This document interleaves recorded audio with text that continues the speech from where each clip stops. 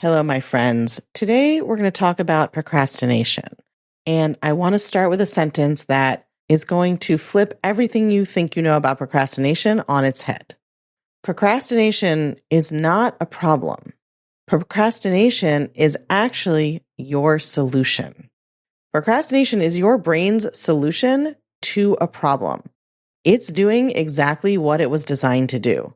The reason you can't stop procrastinating, no matter how many planners you buy or productivity hacks you read at 11 p.m. the night before something is due, is that you're trying to fix something that from your brain's perspective is not actually broken. In fact, it's operating very effectively. So today we're going to talk about what procrastination is solving for, why feeling bad about it doesn't motivate you and actually makes the whole thing worse, and how to actually change this behavior instead. I'm also going to do a special section at the end if you have ADHD or suspect that you might, because while the picture there is a little bit different, there's still a lot of ways to use thought work to help you with procrastination, even if you have a neurodivergent brain. So let's get into it. Welcome to Unfuck Your Brain. I'm your host, Cara Loewentheil, Master Certified Coach and founder of the School of New Feminist Thought. I'm here to help you turn down your anxiety, turn up your confidence, and create a life on your own terms, one that you're truly excited to live. Let's go. All right, so let's start with talking about the problem procrastination is trying to solve. When most of us think about procrastination, we treat it like a character flaw. We think that we are lazy, we're undisciplined, that something is fundamentally wrong with our willpower. And we try to productivity hack ourselves out of it.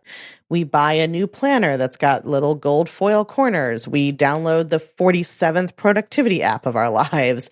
We make a color-coded calendar that looks like a Mondrian painting. And then we still don't do the thing that we needed to do. And so we add that not doing it to the giant pile of evidence our brain has already collected that we are broken, that we don't follow through, that we are a procrastinator, like it's an identity, like it's genetic, like it's just something about us that we can't change. But procrastination, from the perspective of your brain, is not a problem. It's a solution. It is a solution to emotions your brain doesn't want to have. I'm going to say that again because it's so important. Procrastination, from your brain's perspective, is a solution to the problems of emotions your brain doesn't want you to have. Procrastination is an emotional avoidance technique. That is what it is. You think you're avoiding the task. You're actually avoiding the feeling that you anticipate having if you do the task, either right before you start, while you do it, or afterwards. Your brain has run a subconscious calculation, and it has decided that whatever feeling it fears is on the other side of getting started on that task or finishing it is worse than the feeling of putting it off. So your brain picks the lesser of two evils. It gives you the relief of avoidance, and you go back to scrolling Instagram not even knowing that that whole thing was happening under the hood. Procrastination is a coping mechanism. It helps you avoid a feeling you don't want to feel. So I want to walk you through some examples and some feelings that we're usually running from, because it's going to help you identify which types of feelings you tend to be avoiding and what is driving your procrastination. So the first one, and you can almost think of this as like an umbrella category, is just anxiety. You have a project at work and you think about starting it and your stomach drops because what if it fails? Or almost worse, sometimes subconsciously, what if it succeeds? And now you have a bigger reputation to live up to. You have more responsibility. You have more chances to fail in the future. Or your brain thinks, what if when I sit down, I discover I don't know what I'm doing? So we might feel afraid that we can't complete the task, or we don't know how, or we don't have enough time, or someone is going to be upset with the way we do it. So fear of some kind is really the overarching driver of most procrastination. Another particular flavor of it can be the insecurity flavor, where you think, I don't know how to do this, or I can't do this well. And procrastinating lets you postpone the moment when you would have to confront that. So you don't finish the application, you don't draft the proposal, you don't call the client, because the second you start, the gap between what you wish you could do or what you think you're supposed to do and what you then think you can actually do is going to feel really uncomfortable. And this is particularly true if you are a perfectionist, which so many women are socialized to be. We think that we need to perform perfectly. We need to do everything perfectly. We need to appear perfect. We certainly shouldn't be seen to be struggling or to do something wrong or make a mistake. And that perfectionism is so paralyzing, and it produces procrastination because we are afraid that we won't be able to do something perfectly. We also can procrastinate sometimes when the feeling that we're afraid of having is shame. But we might feel it as fear, but what we're afraid of is future shame. So like you don't book your dentist appointment because you already know what they're going to say about your flossing. You don't open your credit card statement because you already know you're going to feel terrible when you see that number. You don't reply to the friend whose text has been sitting there for 3 weeks because any reply now has to acknowledge that you ignored it for 3 weeks. So it's not the task itself, it's the feeling you anticipate of being judged by someone else or yourself, and that's what you're trying to avoid. Sometimes you're trying to avoid boredom. This can be especially true if you have ADHD, which we're going to talk about at the end specifically, but it can happen in neurotypical people too.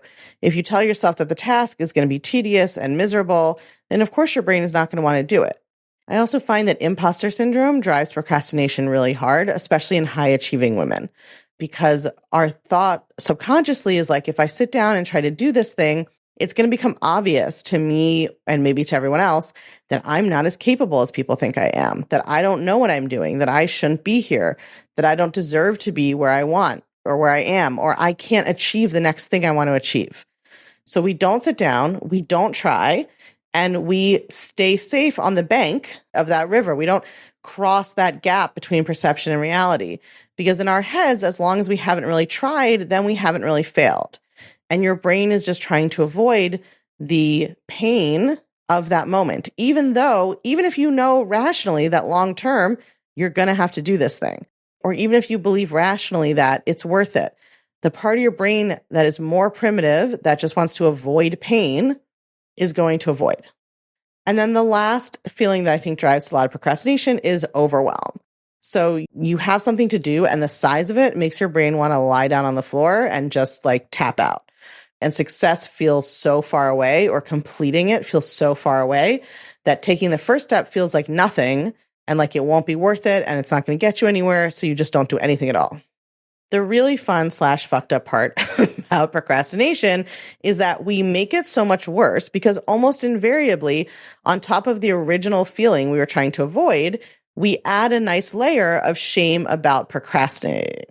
So now you have the feeling you were originally trying to avoid, plus you have a brand new feeling about yourself for avoiding it, and you're judging yourself for procrastinating. So then you feel worse. Now you avoid more. Now, if you were to sit down at the task, not only do you have the feeling you were originally avoiding, but now you have shame of confronting your avoidance. Now you have your brain telling you that you waited so long. Now it's going to be even harder. Now you have less time, right? So you're just like adding layers and layers of negative emotion. And now procrastination is protecting you from the original feeling and from the shame of having procrastinated this long. So you get 2 layers of avoidance for the price of 1. So you can see this is a vicious cycle, right? And without any intervention, there's basically 2 outcomes for most procrastinated tasks. The first outcome is that you do finally do the thing, generally because your fear of the deadline becomes more painful than the feeling that you were avoiding. So this is like when people say they work best under pressure. This is usually what it means. It means that they procrastinate, and then once they get close enough to a deadline, the panic about the deadline is stronger than the desire to avoid the emotion. They get flooded with cortisol and adrenaline, and that pushes them through. Again, especially common if you have ADHD. So you write the report at 2 a.m. the night before. You finally book that dental appointment because now your tooth starts hurting and you're worried about losing your tooth, which feels worse than getting shamed for not flossing.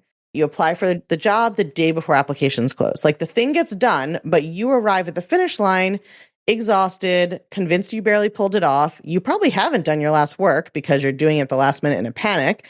And all of this just confirms every story your brain has been telling you about how unreliable and last minute you are. And then often you're almost physically burnt out, especially if you experience a lot of stress hormones. So for instance, if you have ADHD and urgency is something your brain needs to get going, so you're always waiting until the last minute and you need that adrenaline and cortisol to get you going, well, that has an impact on your body. That urgency override floods you with the stress hormones, so you do get it done, but there's a cost. The second outcome for things that don't have deadlines is actually a piece that most people don't even think about or talk about with procrastination, but I think it's more important because it's invisible, but it can be bigger. Because sometimes the thing you're procrastinating just never gets done. You procrastinate it forever. And here's the dirty secret about most of the things that would actually transform your life. They don't have a deadline. Nobody's making you write the book. Nobody's making you start the business. Nobody's going to give you a deadline for having the hard conversation with your spouse or to fire that client that you've been working with for years but is sucking the life out of you, right? Or your thoughts about them are sucking the life out of you, really, but you know what I mean. No one's going to force you to sign up for therapy or apply to grad school or end this relationship that you've been checked out of for 2 years. So that procrastination of the uncomfortable feeling can have huge costs for your life, way above and beyond like the stress of procrastinating things to the last minute and then rushing to get them done. Because some of the biggest things in your life, there will never be a rush to get them done. There's no external deadline. Nobody can make you do it. And so procrastinating, it just means you procrastinate forever, literally just until you die. And so you go your whole life carrying around an idea of who you could have been, but you never find out because there's no deadline. So obviously, this is not how we want to live our lives. So we're going to take a quick break, but stick with me. When we come back, I'm going to walk you through the 3 steps you need to actually get out of procrastination. And I'm going to address neurodiversity, specifically ADHD, in terms of how procrastination impacts you all. We'll be right back. I have a free guide written just for those who are thinking about becoming coaches or who are thinking of going all in on their coaching business. And I'm sharing these 3 core lessons that I wish I had known when I got started. So you can make the difference you want to make in the world with a whole lot less of the fumbling, flailing, and brain drama that I had to go through. If you want to take the shortcut to success as a coach and save so much time and stress, you need to grab this free resource. It's called The Top 3 Things I Wish I Had Known Before Becoming a Coach. Direct, to the point, and it will change your brain. Get your free guide at unfuckyourbrain.com/3 things. That's the word 3 and the word things, unfuckyourbrain.com/3 things, or text your email to +1 347 997 1784 and use code word 3. Just spell it out, THREE, when prompted. Welcome back, my friends. So let's talk about how to actually solve this problem. Now we know procrastination is trying to protect you from a feeling. And so if you want to stop procrastinating, you can't solve it with a better calendar or just buckling down. You have to solve it at the level of the feeling. So here are the 3 steps to doing that.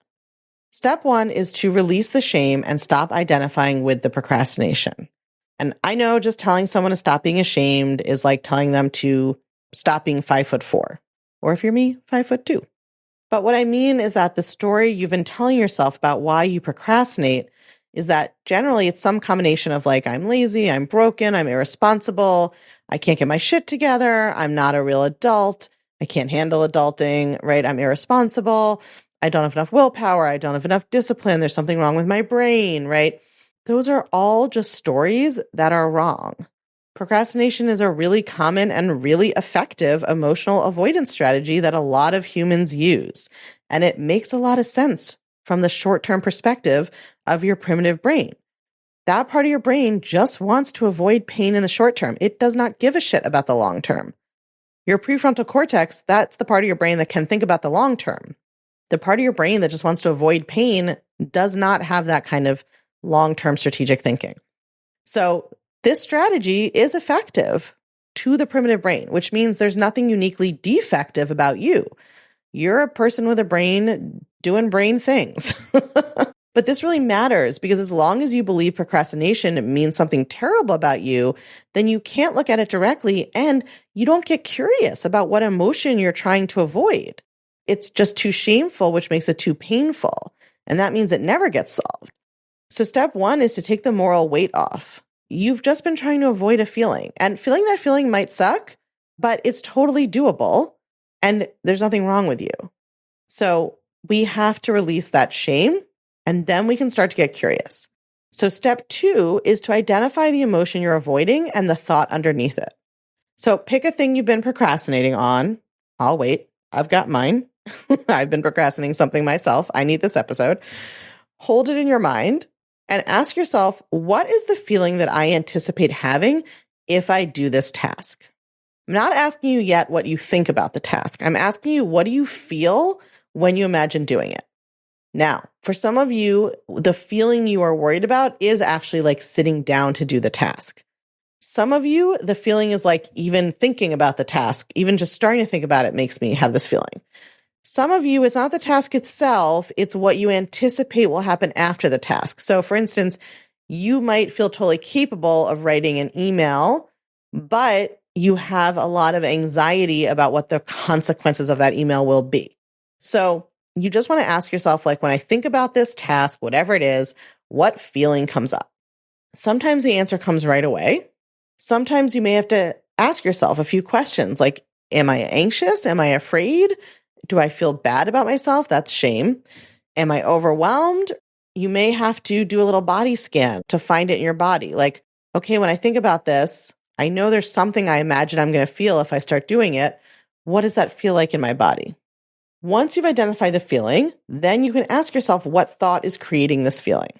So if the feeling's anxiety, your thought could be, what if I do this wrong? Or what if everyone finds out that I don't know what I'm doing? If it's shame, it could be, I'm going to try to do this, it's going to fail, and that's going to confirm that I'm not good enough. Or it could be anything, right? I'm just giving you some examples. Every brain is a special snowflake. But the point is to question what thought is creating that feeling. Once you can see the thought, now you have something to work with. Because that thought is not a fact, it's a sentence your brain is offering you, right? It's not a truth from the universe. So step 3 is to use the thought ladder. I have a whole thought ladder episode. We will link it in the show notes. And that is the tool you can use to start practicing a new thought. And remember that the key to the thought ladder is baby step, often neutral thoughts. We don't go from, I have no idea where to start with this project and I'm going to do it all wrong. And we don't try to jump straight to, I'm wildly capable and I'm going to hit this out of the park. That's not going to work probably. It's too far, right? Your brain is going to reject it. What you need is a believable ladder step, something one step less shitty, less painful, a little more useful than where you are now. So if the original thought is like, I don't even know where to start, there's too much of this to do, it's overwhelming, a ladder step thought might be like, I don't have to know how to do the whole thing. I just have to take one step. I just have to decide what to do for the first 10 minutes. If you're avoiding something because you are afraid you're going to feel bad about yourself based on the outcome, you might not be ready to believe it's going to be amazing, but maybe you can practice thinking, I promise not to be mean to myself if this doesn't work out. So again, you can listen to that thought ladder episode. If you've done this work with me, you know how to brainstorm baby step thoughts. If not, listen to the thought ladder. But what we need when we're procrastinating, just like anything else we want to change, is we need a baby step thought that we can start working with. So you're going to want to practice that new thought on purpose. You can write on a sticky note, you can put it in your phone, you can set it to music and sing yourself a little song, but you want to practice that thought. Ideally, you're practicing it ahead of time, not just when it's time to work on the task, but especially when it's time to work on the task. That's the time to pull up that thought and think it and notice that your body feels a little better, and then take that first little step. Open the document, make the call, edit the first paragraph, just take that one little step that will get you going, and you will start to build the identity of being someone who does follow through and get things done. So before we close here, I want to talk specifically about ADHD, because if you have ADHD, you are working with a different neurochemistry than a neurotypical person, and pretending otherwise is going to make this whole conversation not as useful and applicable for you. So the ADHD brain is wired to respond to novelty, interest, urgency, and challenge. So researchers sometimes call these interest-based motivators, and dopamine regulation differences in ADHD brains can make it genuinely harder to engage with tasks that lack those qualities. For the science nerds among us, William Dodson has written about this extensively, and there's a big body of research on dopamine and motivation and ADHD that backs this up. On top of that, you likely have some level of executive function difference or challenge, which makes it harder to break down big tasks and sequence the steps and start. So here's what I want to be really clear about. Sometimes you are actually procrastinating for the exact same reasons a neurotypical person procrastinates, which is that you have a thought and a feeling about the task you're trying to avoid. It's really important not to just assume that if you have a different neurotype, that's always the problem. because you're also just a human with thoughts and feelings and insecurity or imposter syndrome or anxiety or overwhelm, right? And so you need to check in with yourself. You should go through this process and see, like, am I avoiding actually because of a thought I can identify and a feeling associated with it? In that case, what I just taught is still what you can use. But sometimes you may be putting things off specifically because of the aspects of your neurotype that are different. Maybe the task feels overwhelming and you don't have a clear way to break it into smaller pieces because of your executive function challenges. Maybe you're procrastinating because the task is boring or uninteresting to your brain, and your brain is literally having trouble generating the dopamine to engage with it. That is not a moral failure. That's a wiring difference, and you can't change your neurotype, but you can learn to work with it. That might look like being willing to delegate the tasks your brain just refuses to engage with, instead of telling yourself that you should be able to do them and still not doing them. Maybe it looks like body doubling, which is a fancy term for getting another human being to be physically or virtually present while you do the thing, because that is a technique that some people with ADHD find really helpful.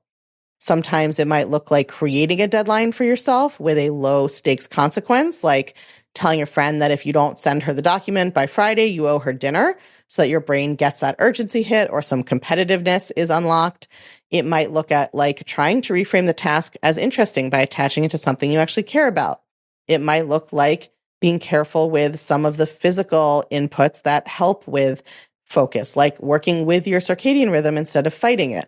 People with ADHD often have a delayed circadian rhythm, so the time of day that your brain wants to focus on anything may be different than what neurotypical people expect.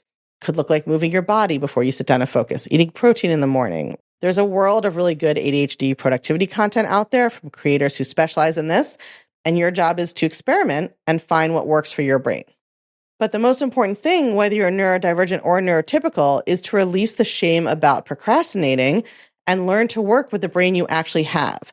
Not the one you wish you had, not the one your boss has or thinks you should have, not the one Instagram tells you that a productive woman has. Beating yourself up about procrastinating has never stopped anyone from procrastinating. And shaming yourself for how your brain works keeps you from figuring out how to engage with it better. And that is true for everyone with every type of brain. So the next time anyone listening catches yourself procrastinating, before you rearrange your schedule, before you yell at yourself, before you read another article about a productivity hack, I want you to just stop and just ask yourself this simple question. What am I trying not to feel right now? That's it. Just be willing to be curious. What is the feeling I am avoiding? Once you know that, you can do something about it. You can remind yourself that you are a human with a human brain and that procrastination makes sense to the part of your brain doing it. So you can release the shame. You can find the thought that is creating that emotion.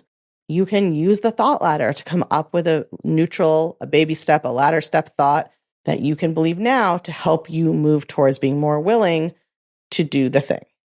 Procrastination has been working for you all this time. It had some unfortunate consequences probably, but it's been protecting you from feelings that your brain didn't think you could handle. But today can be the day that you stop believing you need that protection so much, because you're willing to feel what's there and you know how to help shift that feeling and move forward on what you need to do.